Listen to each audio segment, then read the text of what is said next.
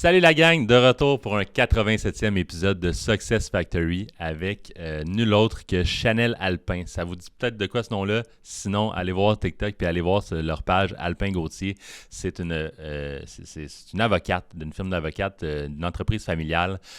Super belle entreprise, super belle chaîne TikTok. Vous dites TikTok avocat, est-ce que ça fait du sens? Ça fait vraiment du sens, je vous le dis. Ça lui a permis de régler, je dirais pas régler, mais ça lui a permis de travailler certains enjeux comme la rétention employée puis d'avoir justement des candidats à travers un médium comme TikTok. Est-ce qu'on peut recruter à travers TikTok? Ils en sont la preuve, puis pas pour rien, là, pour des avocats. Vraiment un super bel épisode avec Chanel, quelqu'un de très vrai, très, très drivé, je vous dirais. Le nombre d'implications qu'elle a eu pendant son école ou après son école, ou même là qu'elle vient de sortir un livre pour enfants pour éduquer les jeunes à ce domaine-là qui est l'avocat, puis pour être une personne super drivée avec une super belle mission.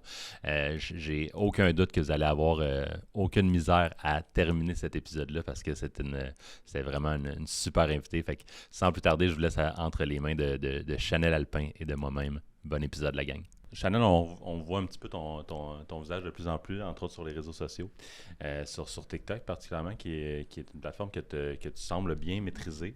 Parle-moi un petit peu de pourquoi tu t'es lancé là-dessus, dans le cadre de... Est-ce que tu fais un petit peu de contenu pour côté avocat, côté de ton domaine d'expertise, tu fais un petit peu de contenu aussi autre, à travers même la brand d'Alpin Gauthier, si on veut. Pourquoi tu t'es parti sur TikTok, puis qu'est-ce que tu veux faire avec ça? C'est venu de l'initiative d'une de nos avocates seniors au cabinet. Puis, j'avais lancé le défi à nos étudiantes d'été à ce moment-là de partir le compte. Puis, c'était dans le temps où il y avait les mesures COVID au niveau du port du masque. Alors, il y avait quand même un défi additionnel à être sur les réseaux sociaux tout en respectant les mesures. Puis, de fil en aiguille, j'ai pris vraiment du plaisir à faire ces petites vidéos-là. Puis, je suis aussi une utilisatrice de la plateforme. Donc, il y a plein de monde là-dessus qui m'apprennent des choses, qui me font rire, qui me font réfléchir. Puis, je me suis dit, bon, ben moi, j'aimerais ça prendre une plus grande place. Puis, je fais des essais-erreurs. Puis, à date, je suis bien contente. Est-ce qu'il y a eu un impact au niveau de l'entreprise, au niveau... en fait, quels ont été les impacts depuis que tu es parti autant au niveau entreprise que peut-être personnel à ce niveau-là? Alors, les impacts, je dirais, c'est au niveau RH. On a beaucoup de candidatures qui nous proviennent de gens qui nous ont découverts via TikTok ou qui nous connaissaient, qui nous ont vus sur TikTok et qui se disaient, bon, ben ça a l'air accessible comme environnement, je vais essayer de postuler puis de voir. C'est sûr que ce que je leur dis toujours lorsque ça arrive, ce genre d'intervention dans une entrevue, c'est que sur TikTok, c'est juste des choses cool, là. Mais dans la vraie vie, il va y avoir des journées plates, il va y avoir des tâches plates. Ton supérieur va te dire de quoi peut-être qu'il va te fatiguer, qu'il va te gosser. C'est pas juste le monde des licornes, mais c'est vrai que ça montre notre volet humoristique qu'on a toujours eu au cabinet. Mes parents étant des gens très drôles, tout en étant professionnels, ont toujours mis l'humour de l'avant. Tu dis tes parents parce que justement, c'est une entreprise familiale. Exact. Donc, toi, tu t'es joint un petit peu à ça. Ça fait combien de temps le cabinet exactement? Mon père a parti le cabinet en 1978. Ma mère s'est jointe quelques années après. Et mon frère et moi, on a joint le cabinet en 2012 comme avocat. Les 4 avocats? Les 4. Quand même, puis là, vous êtes rendu combien dans l'équipe? On est une équipe totale d'environ 140 membres avec 55 avocats notaires. 140 membres, quand on parle d'un membre dans ce contexte-là, c'est tous vos employés, dans le fond, autant avocats que l'adjointe, que le technicien juridique, que la personne à la comptabilité, que la personne à la réception, etc. Fait que l'impact que ça a eu, c'est... je suis familier avec le fait que beaucoup d'industries sont en pénurie de main-d'œuvre en ce moment. Est-ce que c'est le cas pour les avocats aussi? Est-ce qu'il manque d'avocats? Je suis curieux de savoir parce que, justement, vous, toi qui nous dis qu'il n'y en a pas vraiment de manque en ce moment de votre côté, à quel point l'impact de ce que vous faites sur les réseaux a un impact sur la marque employeur et votre pile de CV? Avec beaucoup d'amour et de respect pour mes confrères et mes consoeurs, je trouve que nous sommes trop d'avocats au Québec. On est environ 30 000 avocats au Québec. Il y en a beaucoup. Hein? Par contre, je pense que malgré le fait que nous sommes quand même beaucoup d'avocats, il faut quand même avoir un pitch à l'avocat ou à l'avocate de pourquoi travailler chez nous. Donc, c'est dans ce contexte peut-être-là que les gens trouvent ça intéressant, notre comment dire, c'est un peu une vitrine sur c'est quoi notre cabinet, notre plateforme TikTok. On montre pas tout parce que non seulement on a des enjeux de confidentialité, mais on montre juste les choses cool, tu sais, comme je disais. Mais voilà, je pense que peut-être ça peut aider à l'attraction de main-d'œuvre. Parce que vous montrez juste les trucs cool, il y a un reality check de personnes qui n'ont pas encore d'expérience dans le marché, qui arrivent pour leur premier job à votre cabinet, puis là, il faut quand même leur expliquer, justement, parce que ça a-tu déjà causé problème, justement, avec quelques avocats d'avoir... je pensais que ça allait être plus cool que c'était. À date, non, à moins que les gens le disent sans me le dire à moi, mais à date, non, parce que je pense que lorsque tu es dans le milieu juridique, que tu sois adjoint, tech, avocat, notaire, tu comprends, tu te fais tellement dire à l'école qu'il va y avoir des choses sérieuses, là, que tu peux avoir un impact très grand dans la vie des gens si tu échappes la balle, que je pense que les gens s'attendent à ce que ton employeur soit là pour te supporter, à ne pas échapper la balle, mais aussi pour faire en sorte que ça se passe pas, puis des fois, ça passe par des mesures sérieuses. Puis pour un néophyte comme moi, est-ce que ça ressemble à quoi le monde juridique? Est-ce qu'on a... Tu suits ou ça l'est pas? Tu sais, quand je suis devenue avocate en 2012, j'ai fait un blog qui s'appelait « Brune et légale ». Ouais. J'aime ton style. Et je faisais plein d'affaires là-dessus. Là. Je sais pas pourquoi ça n'existe plus, c'était le fun. Je faisais, genre, les jeudis midi, c'était des chats en réel, puis je répondais à toutes les questions du monde pendant 1 heure. Des fois, il n'y avait personne. Des fois, il y avait plein de monde. Mais aussi, je faisais des articles de blog sur les épisodes de Suits. Puis j'étais comme, OK, l'épisode de cette semaine. Qu'est-ce qui est compatible avec la vraie vie versus qu'est-ce qui est complètement fou? Fait que je peux peut-être te donner une idée. Des choses qui ressemblent à la vraie vie, ben c'est d'essayer de ne pas aller à la cour puis de settle. Tu sais, de dire, regarde, on va régler ça, là, mon ami, là. Parce que si on s'en va à la cour, ça va coûter cher aux clients, blablabla. Oui, fait que c'est quasiment 9 dossiers sur 10 qui se règlent hors cour. Fait que souvent, on voyait les stratégies des avocats pour essayer de settle, de régler. Puis oui, effectivement, ça se produit. Par contre, chez nous, il n'y a jamais quelqu'un qui a passé la nuit totale au cabinet. Versus, on dirait que dans Suits, c'est pas juste finir tard, là, c'est comme faire dodo au cab, c'est quelque chose... Sans avoir de poche dans les yeux. C'est ouais, c'est quelque chose de bien normal. Tu sais, ça se passe pas trop, ça. Est-ce que... on a parlé de l'aspect, justement, au niveau de la marque employeur puis du RH, mais est-ce qu'il y a un aspect business aussi qui a été apporté? Est-ce que tu ressens que certains clients qui proviennent des réseaux sociaux? Je pense que oui. Je le mesure peut-être un peu moins bien. Par contre, tu sais, il va y avoir des clients qui vont trouver peut-être que ce n'est pas sérieux. Ça pourrait arriver. Encore une fois, il n'y a personne qui me l'a dit, mais je pense qu'il faut faire preuve un peu d'introspection puis se poser la question, est-ce que c'est que du positif sur le développement de la clientèle? Probablement que non. Probablement qu'il y a beaucoup de gens qui trouvent ça accessible, qui ne nous connaissaient pas, mis à part la plateforme, et qui vont venir parce qu'ils nous connaissent. Puis peut-être que certaines personnes vont se dire « Ah, OK, moi, je préférais que mon avocate ne soit pas sur TikTok. » Je le sais pas. On m'a jamais dit ça, mais j'imagine qu'il doit avoir une proportion. Ça s'est jamais passé qu'on t'en a parlé ou peu importe. Est-ce que c'est déjà arrivé que justement d'autres avocats vous jugent à cause de ça ou d'autres firmes à cause de ça? C'est vraiment, vous faites votre petite affaire puis vous ne vous faites pas déranger avec vos stratégies? S'il y a eu des commentaires négatifs, c'est peut-être quelques-uns de la part de confrères qui ne sont pas dans mon cabinet. C'est des petites rumeurs que j'ai entendues, mais c'est rien qui me fait pleurer le soir, là. C'est quand même cool que vous avez justement ça amène plus de positif que pratiquement pas de négatif. Puis pour reprendre ce que tu disais un petit peu, je pense pas que c'est grave. Le fait de se positionner, je pense que ça vous met ça vous attire certaines personnes. Puis les personnes que ça vous attire pas, si vous n'étiez pas positionné, vous n'aurez pas eu le positif qui en est ressorti de ça. Fait. Je pense que oui. Qu'est-ce que tu penses justement pour finir un petit peu cette partie-là des réseaux sociaux? Après ça, qu'on parle un petit peu de toi, ton parcours, puis la firme en tant que telle, mais qu'est-ce que tu penses des autres firmes qui ne veulent pas justement que leur employé, que leur équipe soit sur TikTok? Je pense qu'il faut se poser la question « Pourquoi? » Puis poser cette question de façon ouverte, puis honnête et prêt à recevoir, ça pourrait donner lieu à différentes réponses. Peut-être qu'il y a des gens qui vont dire « Parce que c'est trop compliqué, on donne trop de liberté à quelqu'un. » Moi, je suis en entreprise familiale. C'est mes parents me font confiance, tu sais, que je poste pas des niaiseries. Mais peut-être que dans un modèle d'affaires où est-ce que c'est pas familial puis qu'on est plein d'associés ensemble, peut-être qu'ils pourraient se dire bah, on va-tu vraiment laisser aller quelqu'un de la firme faire des TikTok? Il faut avoir vraiment confiance en cette personne-là.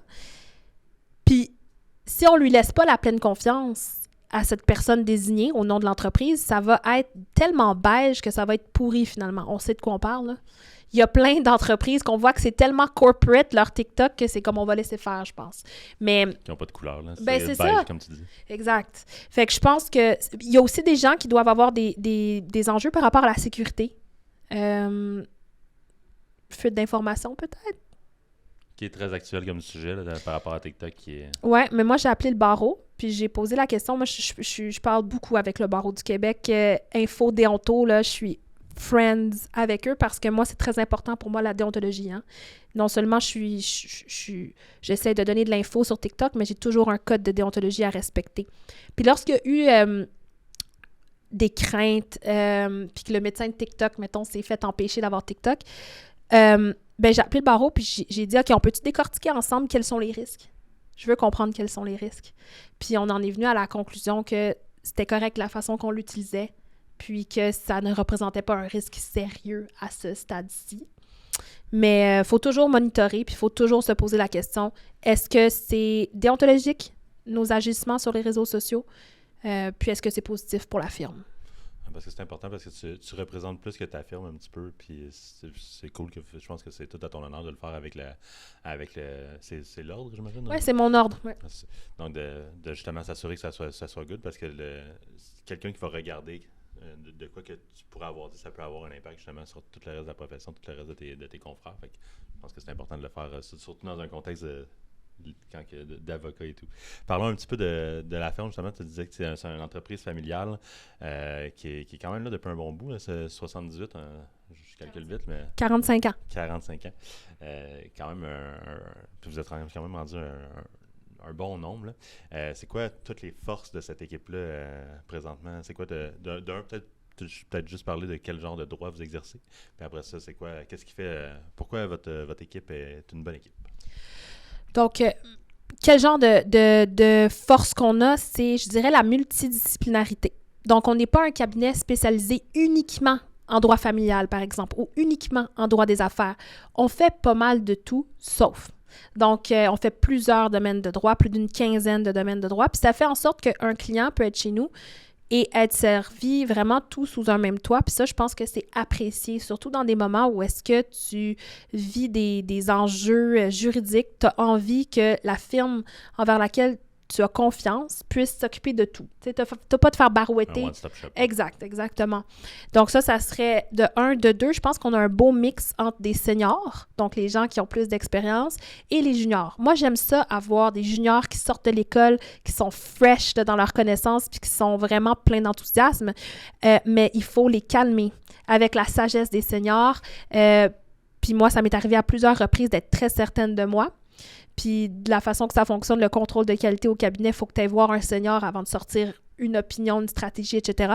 Puis je me suis fait dire des petites nuances importantes, mettons. Donc ça, je pense que ce mix-là, senior-junior, il est super. Puis quelle autre force par rapport au public? Ben c'est ça, c'est la reconnaissance dans certains domaines, bien qu'on ait fait plusieurs choses, on est quand même chef de file dans certains d'entre eux. Par exemple, ma mère, Brigitte, est à la tête du département de droit familial avec des collègues à moi aussi, Marie-Janou Masserola et Annick Masserola. Elles sont réellement des chefs de file dans leur domaine. Reconnaissance à travers le Québec, à travers le Canada. Donc ça, je pense que c'est très hot. Puis j'essaie de bâtir ça dans d'autres domaines aussi. Comment qu'on détermine ça, cette reconnaissance-là? C'est quoi est-ce que c'est je te laisse aller, en fait.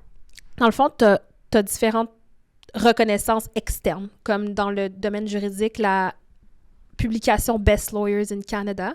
Ça, c'est des tiers, c'est impartial, tu peux pas payer pour en faire partie. Donc ça, c'est une belle reconnaissance que ma mère a eue, que mon père a eue, que mon frère puis moi, on n'a pas encore eu.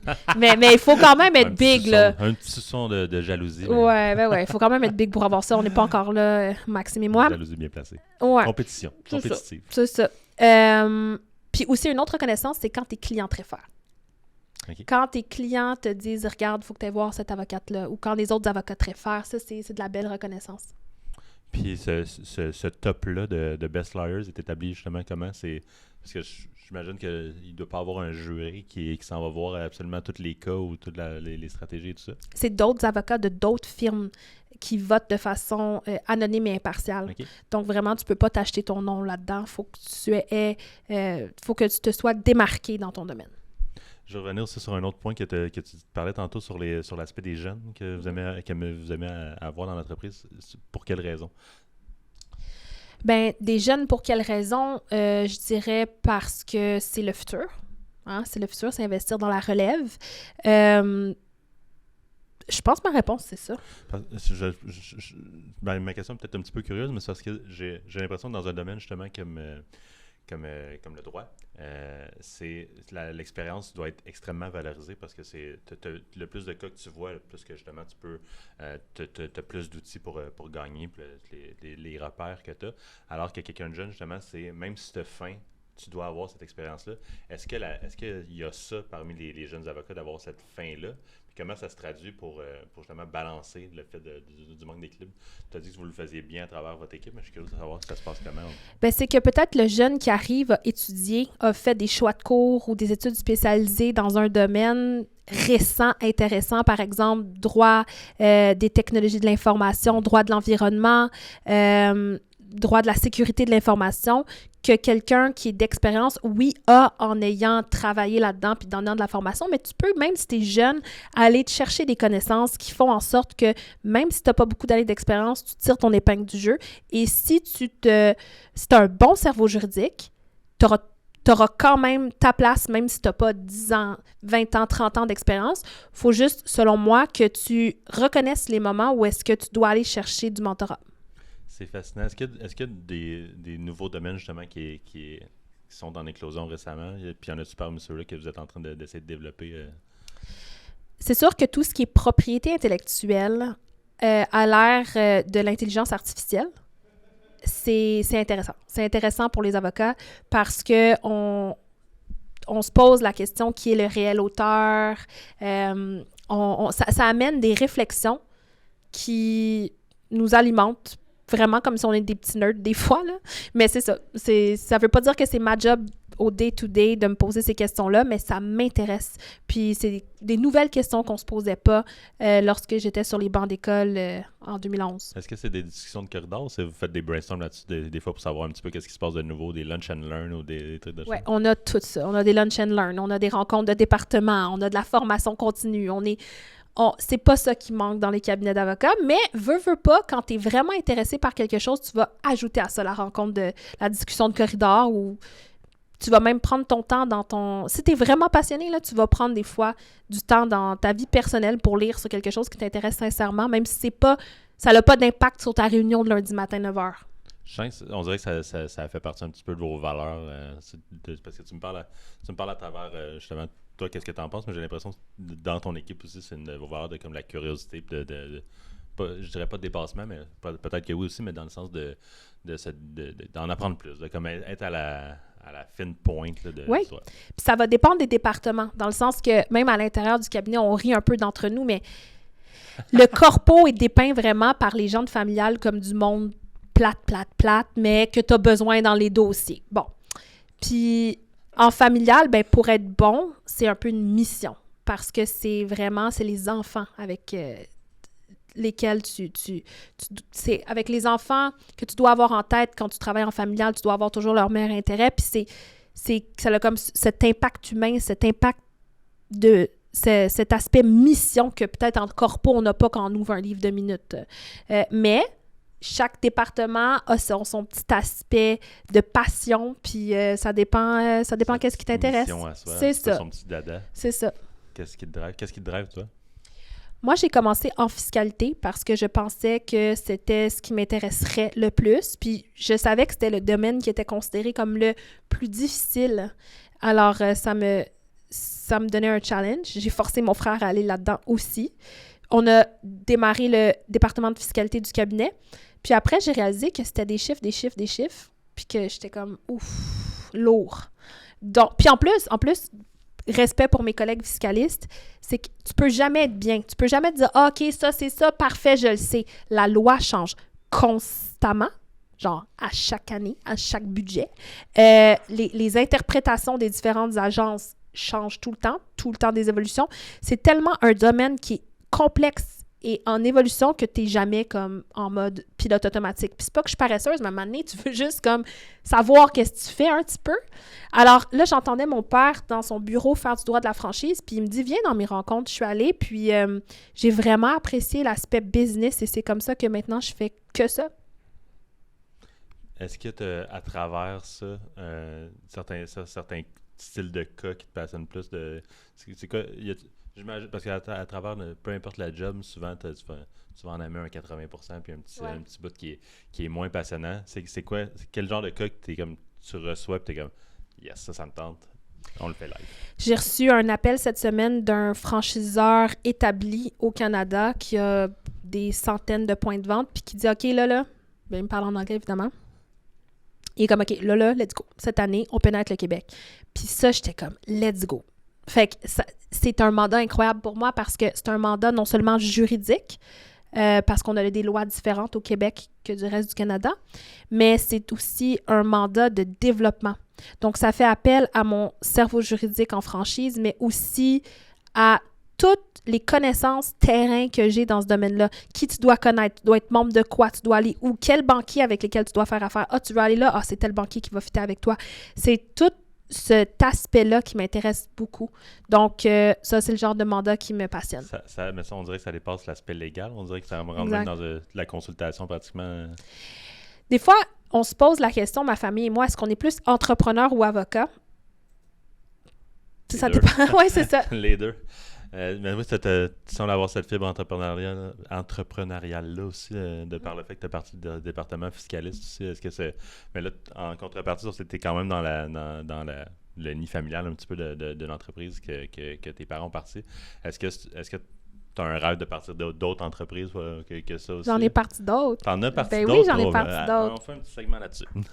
Fait que j'ai parti il y a 10 ans, groupe La Relève en famille, en affaires, avec 2 de mes amis. Edith Arsenault, qui est à la tête de Boutique Séduction et Romance, c'est aussi une entreprise familiale, dans un domaine particulier, mais c'est une entreprise familiale, puis elle a plein de succès. Elle reprend l'entreprise avec son frère.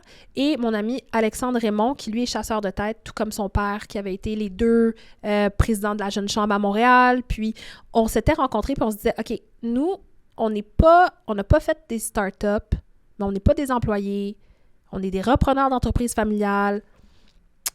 On dirait qu'on a des croûtes à manger, mais en même temps, on veut pas comme juste apprendre à faire du développement des affaires. Donc, on s'est dit, il n'y a rien qui répond à nos besoins, on va le créer. Donc, on a créé ce regroupement-là qu'on appelle Groupe La Relève en famille en affaires, qui est maintenant à 10 ans, qui rassemble les repreneurs d'entreprises familiales pour devenir des meilleurs entrepreneurs. Donc, on est avec différentes entreprises qui nous soutiennent. Donc, voilà, ça, c'est Groupe La Relève. On a aussi parti d'autres entreprises, mais je ne suis pas sûre que tout est intéressant ici, là, mais lui, ce projet-là, il est le fun. Puis t'en as-tu des projets futurs? As-tu des petites idées on the side de ta tête? Toujours. C'est ça, la fibre entrepreneuriale. Tu as tout le temps un projet qui traîne. On reste sur l'entreprise en ce moment, c'est quoi vos défis présentement? C'est quoi on a parlé des forces de l'équipe et tout ça. Qu'est-ce que vous vivez comme enjeu peut-être au niveau de... Est-ce que peut-être plus au niveau global, je dirais, là, au niveau de... Est-ce que vous voulez croître? Est-ce que... J'imagine que le défi RH est comblé là, de parce que tu me disais tantôt, mais est-ce que vous avez des défis présentement que vous voulez relever? Donc, on a maintenant la place d'affaires à Laval qu'on a toujours eue, sur Boulevard Le Carrefour. On a la place d'affaires dans le Vieux-Port, qui nous a aussi rendu propriétaire immobilier. On n'était pas là-dedans avant. Puis, on a aussi une place d'affaires au centre-ville sur de la Gauchetière qui est en projet pour devenir notre tour aussi au centre-ville. Donc ça va être un défi. Ça va être un défi de faire en sorte qu'on reste vraiment une famille, 3 bureaux, que ce soit le même vibe pour les membres de l'équipe, le même service de qualité pour les clients. Puis éventuellement, on a les yeux sur Québec et d'autres endroits. Puis je dirais que le défi, Ça va être ça. Ça va être d'être bien staffé partout, puis que l'entreprise rende le même bon service. Mais je te sens confiante quand même. Oui, je le suis, mais je peux quand même voir le travail à faire. Je sais pas si tu vois. Tu sais, quand on sait, on va y arriver, ça là. reste un défi, Mais ça reste un défi, ouais. Chanel, parlons un petit peu de toi en tant que personne. Comment tu t'es rendu un petit peu en droit et tout ça? Je disais que tu avais gradué, je sais pas si je le prononce comme faux, mais magna cum laude? C'est ça. Quand même. Pour moi-même qui est néophyte, j'entends le terme souvent. Je n'ai pas été m'éduquer, mais je pense que c'est important d'en parler vu que je suis probablement pas le seul qui le connaît pas. Ça veut dire quoi, ce terme-là? Donc, ça, c'est un terme, dans le fond, c'est gradué avec honneur. Donc, le plus bas niveau d'honneur, c'est quand, je me rappelle pas exactement c'est quelle note est en haut, mais c'est cum laude. Après, ensuite, c'est magna cum laude, ce que j'ai eu, puis après, tu as summa cum laude. Fait que tu comprendras que moi, j'étais très déçue de ne pas avoir summa cum laude. Mais je vais... J'ai dit compétitive tantôt, je pense que Oui, je me suis pas trompé. Je vais accepter magna, c'est ce que j'ai fait. Mais c'est ça, c'est de la performance scolaire. C'est pas parce que tu performes au niveau scolaire que tu vas nécessairement être un bon avocat, mais je pense que les notes et le succès scolaire est une bonne manière de tester les connaissances. Puis c'est un des indicateurs qui nous laisse savoir si la personne a ce qu'il faut pour être avocat. J'ai vu que tu avais une tonne d'implications dans autre que ton emploi en ce moment. Est-ce que c'était le cas aussi pendant que tu étais aux études? Aux études, je travaillais dans le cabinet de mes parents. Déjà? Ouais, je travaillais dans le cabinet de mes parents, mais tu sais, je me tuais pas à l'ouvrage. Hein? Je veux le dire dans la vérité, là. Dans le sens que mes parents m'ont toujours dit, à moi et mon frère, priorité, études, pour devenir avocat. Parce que ça, on ne peut pas vous l'offrir, la gang. On a peut-être un cabinet à vous offrir, mais si vous ne devenez pas membre du barreau, on peut pas donner des actions à un non-membre. Donc, c'était vraiment la target. Puis c'est sûr que je reconnais le privilège là-dedans parce que j'ai des collègues à moi qui n'avaient pas le choix de travailler une job, 2 jobs pour les sous, parce que ça coûte quand même des sous, tout ça. Donc, moi, j'ai eu ce privilège-là, puis je me suis concentrée sur mes études. C'est comme ça que je me suis rendue à la ligne d'arrivée, là. C'est un petit frère? Grand frère. Grand frère? Ça sonne comme si vous suivez pas mal. Est-ce que... Ben lui, il y a eu 2 ans qu'on n'arrive pas à comprendre entre le cégep puis l'Université d'Ottawa avec moi. Genre, un certificat pas rapport à l'UQAM. Je pense, honnêtement, il faudrait demander, là, c'est comme mobilité, je sais pas quoi, international, je sais pas quoi, mais de quelque chose qui l'intéressait même pas. Là, ça peut être intéressant pour certaines personnes, mais bon, je pense qu'il était en mode être accepté en droit. Il faut que tu aies les notes pour être accepté en droit. Okay. Si tu les as peut-être pas eu au cégep, faut que tu te bâtisses de quoi, là? Là, en contrepartie de ça, il faut que tu nous dises 1, 2, 3 bullet points de c'est quoi les forces de ton frère. Qu'est-ce qui fait que tu respectes ton frère en tant que... il est incroyable. À travers tout ça, mon frère est un avocat, je pense, plus apprécié que moi. Mais c'est une force tranquille. Donc, lui, il n'est pas là, sur les réseaux sociaux. Lui, il fait en sorte que le cabinet fonctionne. Donc, c'est gros, là. Pendant que moi, je suis plus dans l'énergie, par exemple, lui, il est dans les chiffres et la profitabilité. Tu t'as parlé un petit peu de ta mère. Là, on vient de faire ton frère. Je suis curieux de savoir ton père aussi, au niveau des forces. Mon père, c'est de la grande sagesse. C'est 45 ans d'être avocat, n'est-ce pas? Il est plus scolarisé que moi. Il a double maîtrise. Donc, c'est quelqu'un qui est vraiment réfléchi dans ses opinions, il est arbitre, il est médiateur, il a été cité dans différentes décisions par des juges, il est avocat conseil, tu sais, c'est... Ouais.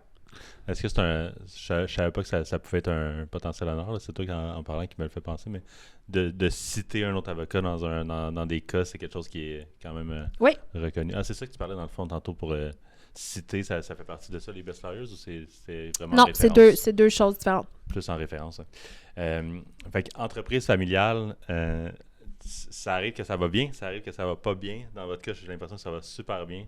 Mais ça a été comment pour toi de te jumeler à cette entreprise-là qui est tes parents? Bien, il n'y a rien de parfait. Il faut savoir que mes parents ne sont plus ensemble. Fait qu'imagine, là, rentrer au travail tous les jours avec ton ex. Donc, ça a ses défis. Mais ils réussissent à se concentrer sur le bien-être de l'entreprise. Mais ça, c'est vraiment chapeau à mes parents. Puis, je sais pas, est-ce que tu as des frères et sœurs?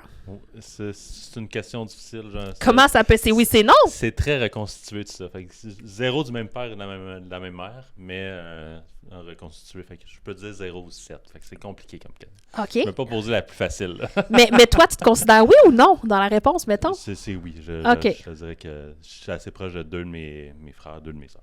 OK. Fait qu'en tout cas, si tu les considères, tes frères et sœurs, tu peux reconnaître qu'ils te tapent ses nerfs souvent. Non, mais c'est un peu ça, là. Des fois, oui. C'est un peu ça. Quand tu as grandi avec un frère ou une sœur, je veux dire, ils atteignent normal, un niveau de te taper sur les nerfs ou de te fatiguer qui est tellement élevé, t'es comme, ça se peut pas. Puis, c'est ce qui t'amène à faire des compromis dans la fratrie. C'est ce qui t'amène souvent à être un individu le fun parce que t'as pas juste pensé à toi. Désolé les enfants uniques, mais tu sais. Donc, mon frère aussi, des fois, c'est un défi là, parce qu'on se parle direct, mettons. Tu comprends ce que je veux dire? Alors que je dirais à un autre avocat, « Ah, je comprends ton point de vue. J'aimerais t'amener à considérer ma perspective. » Plus dans l'empathie. Ouais, mon frère, ça va peut-être être comme, « Comment ça, tu comprends pas? » Tu vois?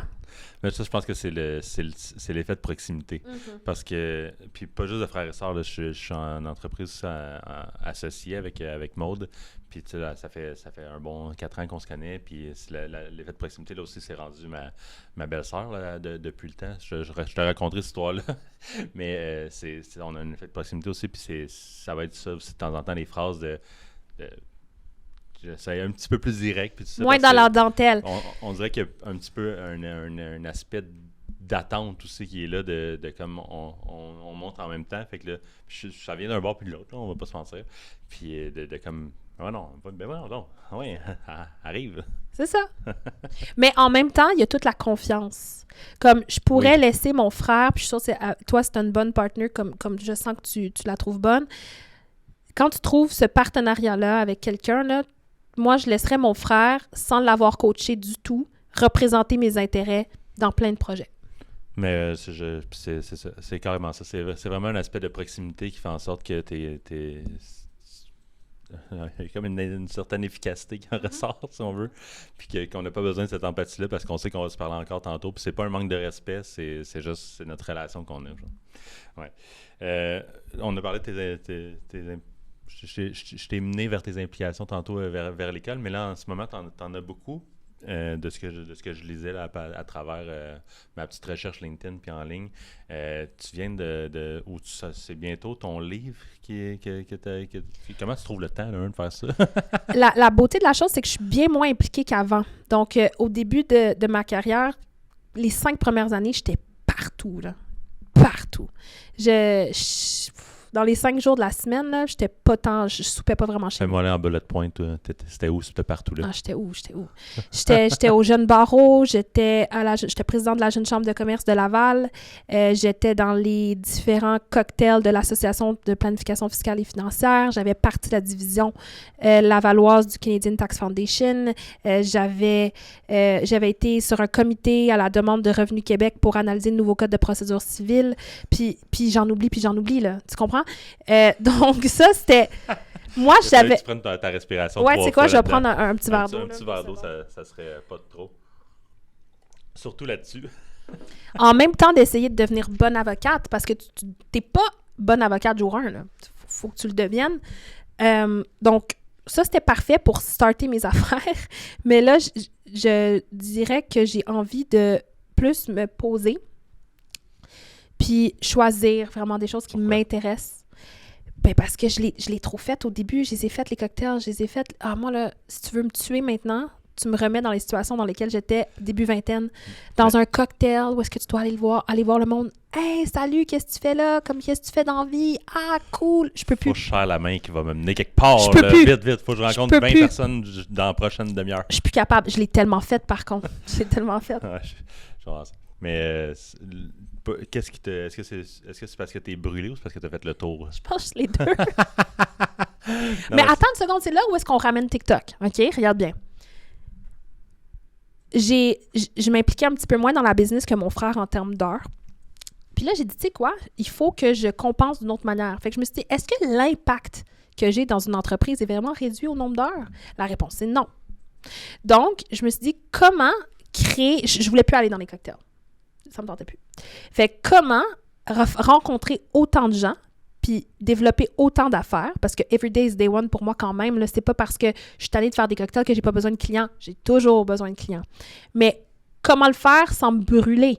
Ben, je me suis dit, on va le faire avec des réseaux sociaux, on va faire rire un petit peu les gens, on va connecter avec les girlies, puis on va faire de quoi qui va faire en sorte que les gens vont autant entendre parler de nous, mais ça va peut-être prendre 10 minutes plutôt que de prendre 3 heures autour d'un verre de Cab Sauvignon, là, tu sais.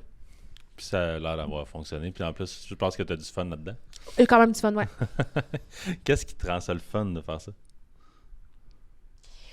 J'avais entendu quelqu'un à un moment donné, puis je suis pas fine parce que je me rappelle pas c'est qui, mais c'était un bon truc. Il disait, pour avoir du succès sur ce genre de plateforme-là qui est tellement intelligente puis qui a tellement un algorithme puissant, tu dois être toi-même. Tu dois être toi-même. Fait que peut-être que moi, dans un cocktail, être comme « Ah, salut, qu'est-ce que tu fais dans la vie? » C'était peut-être pas moi, ça. Je suis quelqu'un d'un petit peu plus authentique. Puis j'aime pas le small talk. Je sais pas si c'est en raison d'un petit trouble mental, mais j'ai de la difficulté à faire du small talk longtemps. J'aime pas trop ça. Puis je suis pas bonne là-dedans. Fait qu'en étant moi-même, en faisant des petites jokes et tout, je pense que ça reach les gens qui trouvent ça drôle puis qui sont comme moi, peut-être. Je sais pas. Définitivement, je pense que tu as des bons commentaires de ça, là, d'ailleurs. Autant dans les commentaires, mais j'imagine que tu dois l'entendre aussi dans le day-to-day de c'est ton meilleur nice ce que tu fais. Quand même, ça va bien. Les gens sont gentils avec moi dans le day-to-day puis sur Internet. On revient à ton livre? Ouais, L'avocat qu'on ne peut pas manger. Un petit livre cute. Quel bon titre. Ouais, un petit livre cute. Malgré qu'il y a des messieurs qui ont essayé de tourner ça un petit peu cochon, là, mais bon. C'est correct, on reste dans le propos qui était voulu, c'est-à-dire l'avocat qu'on ne peut pas manger. C'est un livre pour les 10 ans et moins, les enfants, pour leur apprendre c'est quoi un avocat, c'est quoi la justice versus une injustice, quoi faire si on voit qu'un ami semble être victime d'injustice, à qui en parler. Puis moi, dans le fond, je suis née dans une famille d'avocats. J'ai eu la chance de m'orienter rapidement au bon endroit pour devenir avocate. Puis je me dis peut-être que quelqu'un qui n'est pas né dans une famille d'avocats, ce petit livre-là pourrait les éveiller à « Ah, moi, ça me tente d'aider les autres. Ah, ça me tente d'avoir ce super pouvoir-là, de pouvoir solutionner quelque chose. » Donc, voilà. Qu'est-ce qui t'a fait aller vers là, vers un livre pour enfants? Tu l'as dit un petit peu. Ouais, le désir de... Moi, je suis née là-dedans, mais peut-être pas tout le monde. Hein? Puis ça apporte quoi de justement être né là-dedans? Concrètement, mettons, on se met dans toi à 10-15 ans. Comment Beaucoup de privilèges. Je suis très reconnaissante envers la vie. Je vais t'expliquer pourquoi. Dans un premier temps, mes 2 parents sont avocats. Donc, j'ai 2 exemples de personnes qui aiment leur travail. Donc, c'est tellement inspirant. Puis en plus, ils m'ont bien coachée. Donc, ils m'ont bien coachée. Ils m'ont expliqué qu'est-ce qui était important, qu'est-ce qui ne l'était pas selon eux pour pouvoir se rendre au bon endroit au bon moment. Puis c'est comme ça que j'ai eu la chance de me rendre. C'est très cool. Je pense que je te sens très reconnaissante de tout ça. T'as-tu, est-ce que ça va plus loin? T'as-tu le reste de ta famille aussi qui est dans ce domaine-là? Ou c'est... J'ai ma belle-sœur qui est avocate, la femme de mon frère. J'ai aussi mon cousin qui est avocat. C'est fou, ça. Oui, je sais. Les parties de famille qu'on se parle de cas. Oui, j'ai mon cousin qui est avocat aussi. C'est assez. C'est déjà énorme, juste votre famille en soi. Des petites questions en rafale, Chanel. Je peux t'appeler Chanel? Ben oui. Naturellement. Je lisais un des articles que tu es sorti dedans, et que je pense que c'était une entrevue là, plutôt, que tu disais « Les influenceurs ne sont pas tout à fait honnêtes lorsqu'ils testent des produits ou partagent leur opinion. » Parle-moi un petit peu de ce que ça parle pour toi, ça. En fait, selon moi, dans un premier temps, il y a le cadre légal. Est-ce que tous les influenceurs québécois, puisqu'on est au Québec, je pourrais te parler de d'autres, mais là, on va parler des nôtres. Est-ce que tous les influenceurs québécois respectent la loi en matière de divulgation de partenariat? Les différents hashtags nécessaires, les différentes mentions nécessaires, est-ce qu'ils les respectent tous? Non. Deuxièmement, parmi ceux qui respectent les différents hashtags et mentions à avoir, j'ai l'impression que certains d'entre eux nous vendent la salade qu'ils qu'ils croient sincèrement au produit, puis qu'ils sont pas payés pour, puis qu'ils nous disent, ben moi, si j'y crois pas, je promote pas. T'es quand même payé pour, puis tu nous parles de ça, tu l'intègres dans ta vie.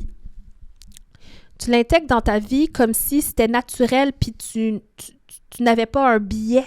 Tu n'avais pas intérêt économique à l'intégrer. Donc, c'est ça. Puis, est-ce qu'on entend souvent des influenceurs faire de la promotion négative de produits? On entend juste de la promotion positive. Donc, il manque des fois un petit peu de transparence peut-être chez les jeunes, surtout, je dirais, qui vont écouter ça puis qui vont se dire « Ah, ben mon influenceuse préférée, elle aime ça, ben je vais l'acheter parce qu'elle croit aux produits qu'elle met de l'avant. Donc, si elle n'y croyait pas, moi, je m'attends à ce qu'elle l'utilise dans sa vie personnelle. Je suis sûre qu'elle utilise ça toujours. Il y a comme... C'est pas le même contexte que quand on avait les Véronique Cloutier à la télé qui nous vendaient une auto. On comprenait que Véro, elle avait été payée pour vendre l'auto. C'était clair, c'était une publicité à la télé. C'est le contexte subtil, difficile à cerner pour nos jeunes que je trouve qui est peut-être à améliorer. Il y a comme un enjeu d'authenticité, si tu veux, un petit peu. Chez certains. Puis est-ce que, dans le fond, c'est plus, j'ai l'impression que tu vois ça comme étant, faut que si tu deviens influenceur, créateur de contenu, que tu aies comment je dirais ça, un sentiment de... Faut que tu sois conscient de ce que tu dis un petit peu, un sens de la responsabilité, si on veut. Ou juste que ça soit super clair que c'est une pub. C'est que je trouve que non seulement, dans un premier temps, il faut respecter la loi au niveau des divulgations, ce que pas tous les influenceurs font. Là, ensuite, une fois que ça s'est fait, je pense qu'il faut arrêter de laisser croire qu'un influenceur fait uniquement les publicités pour lesquelles il croit vraiment au produit. Moi, c'est ce volet-là qui me dérange un peu parce que t'es payé pour. T'es payé pour. Fait que est-ce que tu as peut-être avantage à vraiment croire que le shampoing telle marque de pharmacie est le meilleur au monde? Est-ce que vraiment tu l'utilises tout le temps, ce shampoing-là? Ou toi, tu es plus en mode shampoing haut de gamme dans les salons de coiffeur haut de gamme que tu fréquentes? Tu sais, je pense que c'est conscient pour la plupart. Non, moi, je pense qu'il y en a plein de super bons. J'ai des exemples de gens que je trouve bien, là, que je trouve qu'ils font bien leur rôle d'influenceur, puis tu vois qu'ils mettent les balises, puis tu vois que c'est transparent. Mais il y en a d'autres. je dirais pas de non. Pas les moins bons. Non, mais ni positif ni négatif, okay. Je dirais pas de non. On se positionne pas. Non. Je voulais t'emmener sur un petit scoop. Je sais. Non, mais est-ce que tu penses qu'il y a un enjeu aussi au niveau de... Pour ça, là, au niveau de... Est-ce que tu penses que c'est parce qu'ils savent pas qu'est-ce qu'ils ont à faire? Oui, ça se peut. Oui, ça se peut. Puis je sais qu'il y a comme des associations et des galas qui essayent de baliser un petit peu plus le milieu, puis ça, je trouve ça super. Plus que ça va être connu, ces différentes règles, ces différentes bonnes pratiques, ça va élever le milieu, puis je pense que ça va servir le public. Ouais, je suis très d'accord avec toi. On va wrap up, Chanel. On finit tout le temps avec la même question sur Success Factory. Est-ce que, si on veut en savoir plus sur ta firme, sur toi, comment on fait ça? Allez nous voir sur TikTok. Sur TikTok en partant? Ouais. Et site web, j'imagine? Oui, allepin.com. Allepin.com. Ben, un gros merci pour ta participation. C'est super cool. Je t'en sens un petit peu, mais je pense que vous êtes vraiment drivé dans ce que tu fais. Puis je pense que je te sens très en confiance aussi de où ce que tu es présentement, à travers un petit peu le fait que tu parlais de ce que tu as fait dans tes 5 premières années d'avocat, pour ce que tu en es.